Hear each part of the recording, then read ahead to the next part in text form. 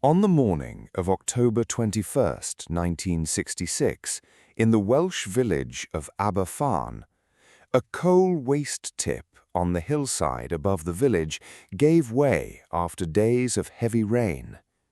It slid down the mountainside and struck a primary school. 116 children and 28 adults were killed. Investigators later found the disaster had been repeatedly, specifically warned about for years and could have been prevented. Aberfan was a small mining village in South Wales, built around the Merthyr Vale Colliery.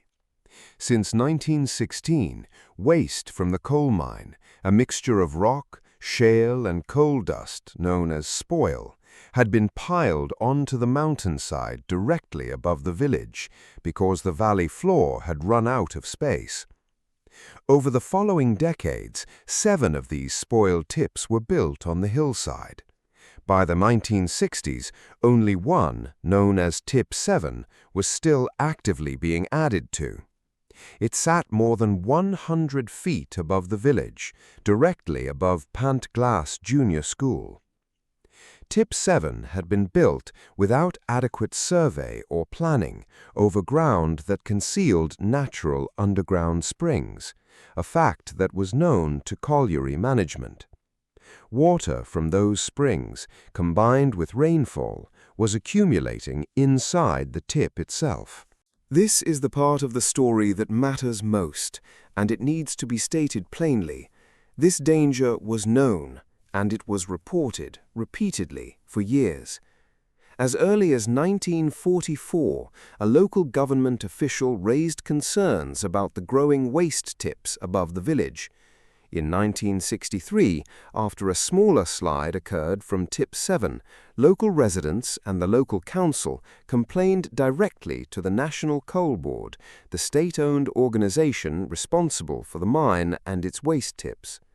A civil engineer's letter that year described the tip as extremely serious, warning that the material was too fluid and the slope too steep for it to safely remain in position through winter or heavy rain.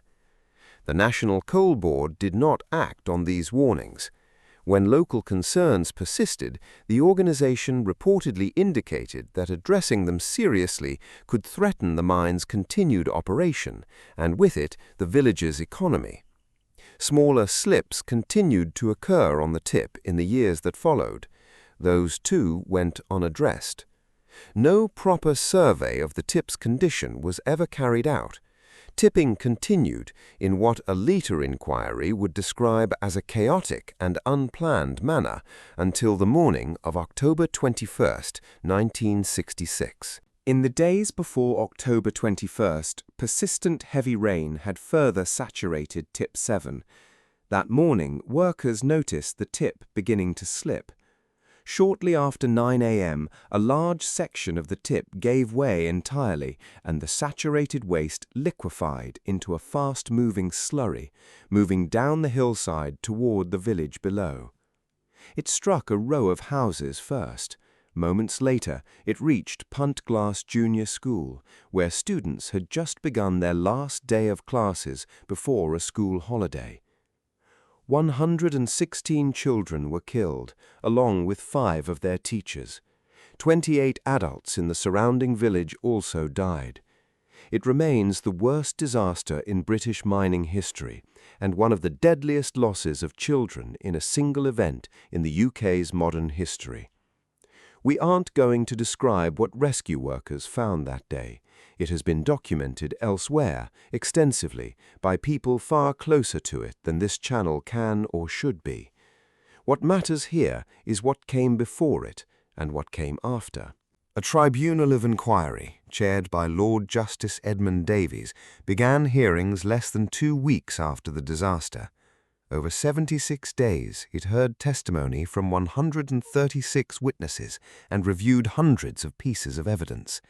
Its conclusion was direct. The disaster could and should have been prevented.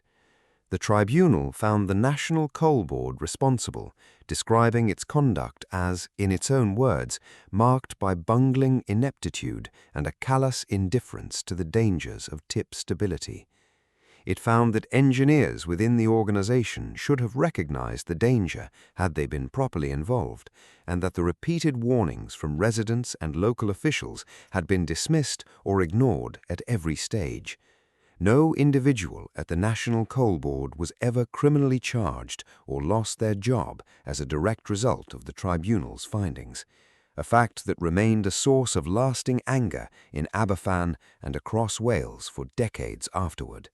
In the years following the disaster, the UK Parliament passed the Mines and Quarries Tips Act in 1969, establishing for the first time legal requirements for the safety, sighting, and ongoing monitoring of mining waste tips, protections that had not existed before Aberfan, and that extended specifically to protect the public, not just mine workers.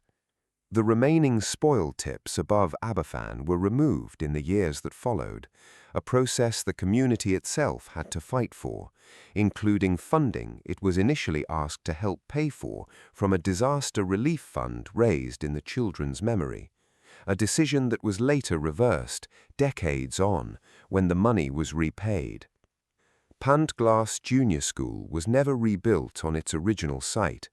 A memorial garden now stands where the school once stood, and a cemetery nearby holds the graves of the children who died that day.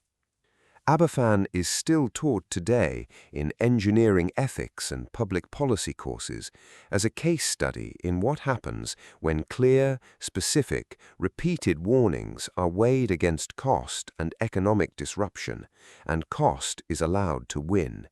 It is remembered first as a profound human loss. The lesson exists because the loss did.